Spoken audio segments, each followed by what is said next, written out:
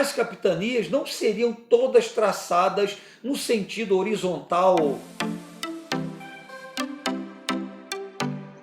Olá, amigos, tudo bem? Passando aqui para mais uma edição do Avesso da História, o quadro que a galera curte muito, no qual a gente fala sobre temas pouco recorrentes nos livros de história ou que nem aparecem nos livros de história. Eu queria falar um pouquinho com vocês sobre história do Brasil. A gente aprendeu, e isso é uma verdade, que logo após o descobrimento, o governo de Portugal não mostrou grande interesse sobre o Brasil. O Brasil ficou pelo menos 30 anos aí, foi o chamado período pré-colonial, os primeiros 30 anos praticamente abandonado. Portugal só fiscalizando aqui, mandando expedições guarda-costas, expedições exploradoras, mas sem iniciar efetivamente a colonização do Brasil. Mas para começar essa colonização, o governo de Portugal estava com um grande problema nas mãos para resolver. Falta de recursos econômicos. Esse início da colonização do Brasil foi adiado por quê? Porque Portugal mantinha um comércio lucrativo com as Índias Orientais, o comércio de especiarias, artigos de luxo, e também porque não encontrou nem ouro, nem pedras preciosas no Brasil.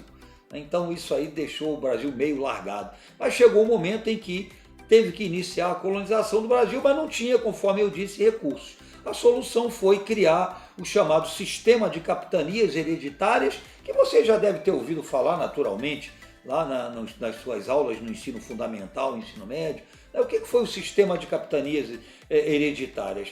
O governo de Portugal dividiu o Brasil a partir da linha de Tordesilhas em diversos lotes, em diversas faixas de terra. Foi assim que a gente aprendeu, e terceirizou a colonização do Brasil. Fez uma parceria com nobres supostamente endinheirados lá em Portugal para que eles administrassem as capitanias. As capitanias seriam cedidas para eles, não foram doadas, é bom que fique bem claro isso, eles teriam o direito de explorá-las. Foi o chamado sistema de capitanias hereditárias. Mas qual é o objetivo desse vídeo aqui? O objetivo é muito simples. A gente está acostumado a ver uma reprodução da cartografia das capitanias hereditárias do jeito que aparece nesse mapa aí. Pois é, você observa que todas elas partem do meridiano de Tordesilhas, que limitava as terras que ficariam para Portugal e Espanha, as terras a leste para Portugal, as terras a oeste para a Espanha. Dali teriam sido traçadas as linhas das capitanias hereditárias e elas foram entregues a donatários, esses nobres foram denominados donatários. Então, enfim, a cartografia tradicional foi essa que vocês viram. Mas acontece que tem havido um certo questionamento em relação a essa cartografia. E essa contestação foi feita aí pelo professor e pesquisador Jorge Pimentel Sintra, no estudo muito interessante que ele publicou em 2013, no qual ele questiona essa cartografia, ou seja, na visão dele, as capitanias não seriam todas traçadas no sentido horizontal, longitudinal, horizontalmente partindo da linha de Tordesilhas em direção ao litoral. Na visão dele, algumas capitanias teriam sido traçadas de norte para sul. Observou aí que interessante?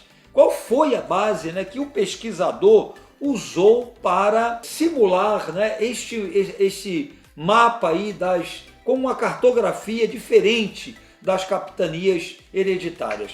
Eu tenho aqui um trecho desse estudo dele em que ele cita a carta de doação da capitania do Rio Grande do Norte ao donatário João de Barros. Esse era o capitão donatário que recebeu a capitania do Rio Grande do Norte. Observe que essa mudança ocorreu mais nas capitanias do norte, essa que você viu no segundo mapa. Então diz assim a carta de doação: as quais 50 léguas se estenderão e serão de largo ao longo da costa e entrarão na mesma largura pelo sertão e terra firme adentro, tanto quanto puder entrar e for de minha conquista, que não sejam por mim provido a outro capitão. Vou traduzir isso aí. Principalmente essa parte final aí que a gente destacou aí no texto que você observou. Quando ele diz: tanto quanto puder entrar e for de minha conquista, que não sejam por mim provido a outro capitão. Isso significa o quê? Para as terras da capitania dele esbarrarem com as terras de outro capitão donatário, isso só seria possível se, né, o território da capitania fosse de norte para sul. Porque se fosse, né, de leste para oeste, ele iria encontrar como único limite a linha de Tordesilhas. Se ele cita a possibilidade de, né, esbarrar com as terras de um outro capitão donatário, significa o quê? Que algumas capitanias elas foram demarcadas de norte para sul. Né? No caso, as capitanias da parte norte do território, do então território brasileiro. Tá? Então, se ele seguisse, ele iria esbarrar com a capitania de Itamaracá, do donatário Pero Lopes de Souza. Então, isso é bastante interessante. Daí eu fiquei pensando, por que as do norte, aí já é uma teoria minha, teriam sido traçadas no sentido norte-sul? Evidentemente, por quê?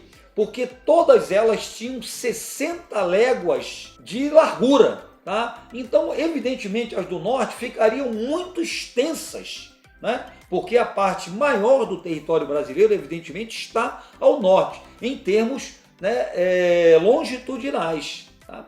Então, evidentemente, ali o governo português procurou dividir essas terras no sentido norte e sul, porque seria muita terra para uma pessoa administrar, por mais que ela tivesse recursos ou por mais que o governo de Portugal prometesse subsidiar, né, como prometeu e não cumpriu, porque o sistema acabou não dando certo. Por mais que tivesse recurso, ele não conseguiria. Então eu achei muito interessante essa nova, diríamos, leitura, né, das cartas de doação, que gerou essa cartografia alternativa em relação às capitanias hereditárias.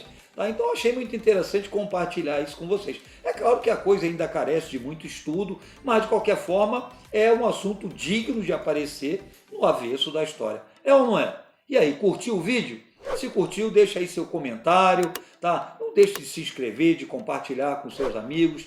A sua participação é muito importante para nós, para a gente poder continuar aqui melhorando cada vez mais o trabalho da Polis. Um grande beijo e até a próxima.